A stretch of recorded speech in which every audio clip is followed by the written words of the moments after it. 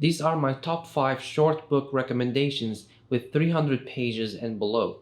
The first book I have is Kindred by Octavia Butler. This book is a mix between science fiction and historical fiction, and it combines the best of both worlds. The story of this book is that we have a protagonist who is a black young woman who lives in the 1970s, and she's suddenly and without an explanation transported back in time into the 1800s. And she finds herself in a sugar plantation full of slaves and white masters. Naturally, this is a very dangerous era for a black woman. So in this book, we really live in the 1800s with black slaves of that era, and we experience their lives, and it's really sad. It turns out that this woman is sent back in time each time her ancestor is in danger, and she has to save him in order to save herself. So she goes back and forth between the 70s and the 1800s. But each time she goes back in time, she has to live in that era,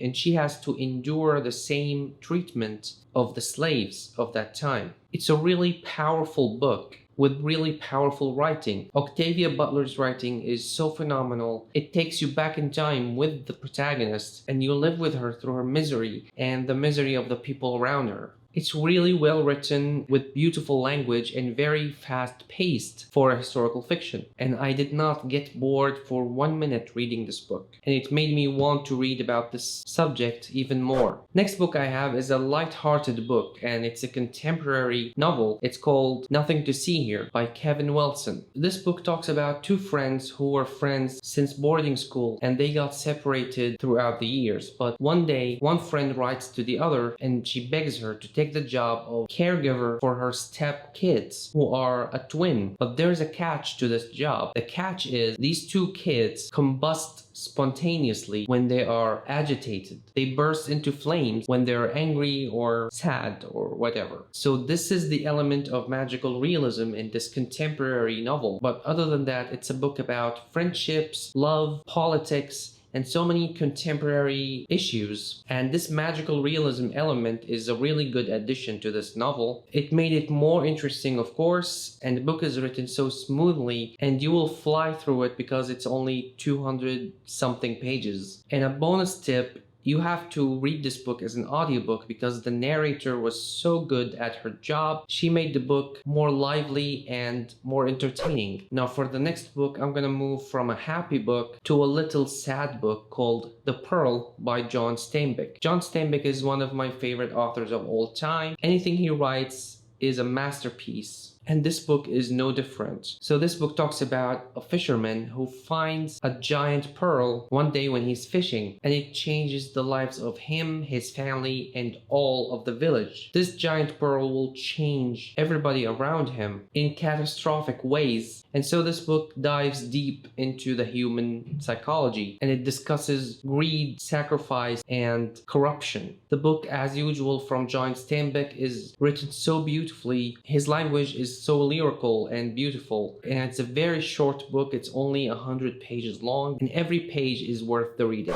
Next book I have is a YA dystopian novel called The Giver. Now this book is a precursor to the Hunger Games and the Maze Runner and all the YA dystopians. This book talks about a utopia, a perfect society that is monitored in every kind of way. They live in a closed up society. People inside the society don't leave to the outside world. Each person is assigned a job and a specific purpose in life when they become 12 years old. Now our protagonist is assigned a job that is not similar to any other job out there. It's very rare and very important, and it's called the receiver, and he will receive all the memories and emotions of the past of humanity from the giver, who is his teacher. Now absolutely this kid will find out that behind this utopia that they're living in, there is a very dark side, and through his lessons with the giver, he finds out many disturbing truths about his society. It's a very powerful book written in a concise and fast-paced way. You will finish it without even realizing it, and you will be shocked by some events in the book. It's a really powerful and thought-provoking book, and it's definitely worth the read.